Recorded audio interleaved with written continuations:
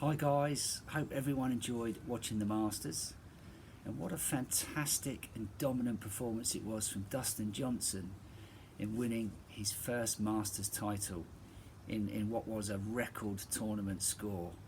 His all-round play all week was just fantastic, but his driving in particular was just immense from the tee. Now we know how far he hits the ball, but again Dustin does make it look very effortless, and that's hence what we're going to look at in today's video. We're going to focus on the tempo in your golf swing, and in particular that smooth pace in the backswing. So as you can see here, I've raked up my teeing area. Unfortunately it's not quite got the beauty of Augusta National, but then again I guess it's not too bad for November in the UK. So if we come into a square on position here like so, I just want to talk about some of the aspects I see a lot and things where they change dramatically from the golfer, from their practice on the driving range and the pace of that swing to the swing they take to the golf course and the tempo there, which changes dramatically, and hence it's very difficult sometimes for the golfer to replicate those really great drives they hit on the driving range and take them to the golf course. So I want to talk a little bit about, once we've built a strong setup position like so, you can get out in the back garden and you can work hard on this. We're going to look at the pace of the backswing.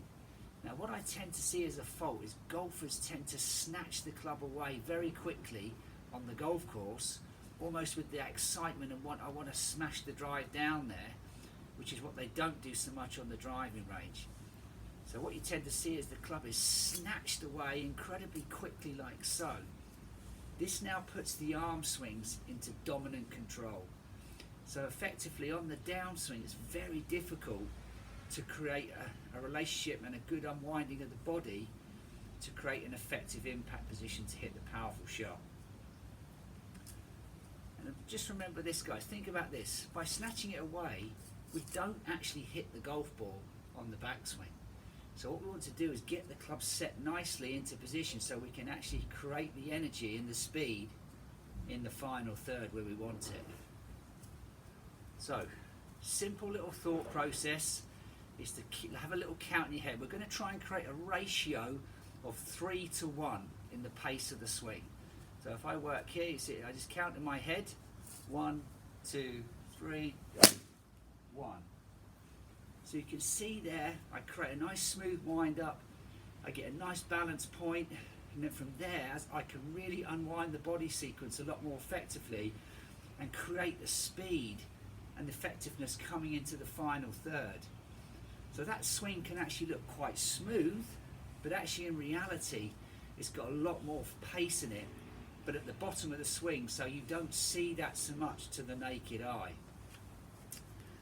So again, you can look at great players, in particular Dustin Johnson, our current Masters champion, who swings it with a beautiful tempo. You've got Sungjae Im, who finished second at the Masters, Hideki Matsuyama, great examples of smooth wind up in the backswing and then creating the speed in that final third. Yes, currently we have Bryson DeChambeau doing it his own way with some fantastic success, no doubt. But I think on the whole, if you look at the general consensus, a lot of great players, they do have a very calm and composed backswing so that they can create the speed on the way down. And it's something that, you know, a lot of golfers highlight to me. They sort of say that, you know, they watch the top players and they look like the swing is so smooth.